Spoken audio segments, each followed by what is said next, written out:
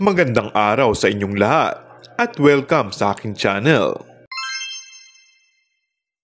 Trending at talagang mainit na usap-usapan ngayon sina Kim Chiu at Paolo Avellino matapos silang makita sa black screening ng pelikula ni Vice Ganda na And the Breadwinner Is.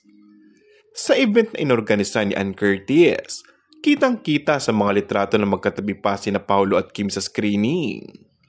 Agad itong napansin ng mga fans na tila kilig na kilig sa unexpected tandem ng dalawa. Ang bongga nga dahil say ng mga fans ay tila patapang ng patapang ang rumored couple sa kanilang mga ganap. Ito nga ay kahit tila low-key lang si Paolo na makikitang naka-face mask all the while.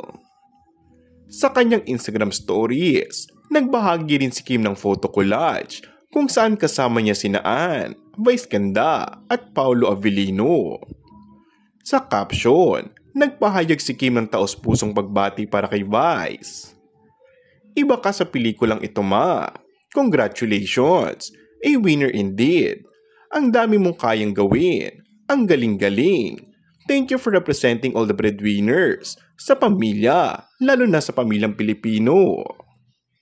Nakakatuwa nga na bukod sa pakilig, ay talagang ramdam na ramdam ang holiday spirit sa suporta ng mga celebrity sa isa't isa.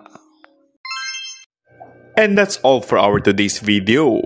Kung bago ka lang sa aking channel ay mag-subscribe at pindutin na rin ang notification bell. Maraming salamat!